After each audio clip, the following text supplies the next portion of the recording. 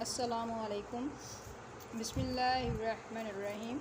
شروع اللہ کے نام سے جو بڑا مہربان اور نہایت رحم کرنے والا ہے۔ حدیث صحیح بخاری کتاب ایمان کے بیان میں حدیث نمبر 11۔ لوگوں نے پوچھا، یا رسول اللہ صلی اللہ علیہ وآلہ وسلم، کون سا اسلام افضل ہے؟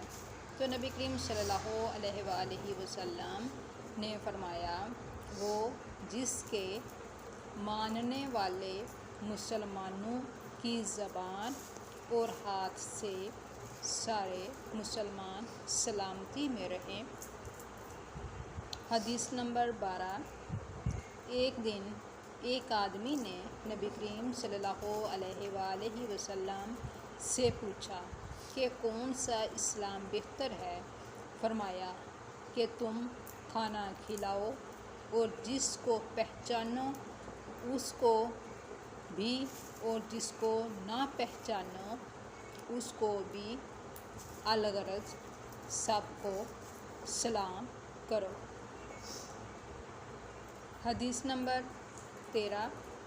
نبی کریم صلی اللہ علیہ وآلہ وسلم نے فرمایا، تم میں سے کوئی شخص ایماندار نہ ہوگا جب تک اپنے بھائی کے لیے وہ نہ چاہے جو اپنے نفس کے لیے چاہتا ہے۔ سبحان اللہ۔ اللہ حافظ۔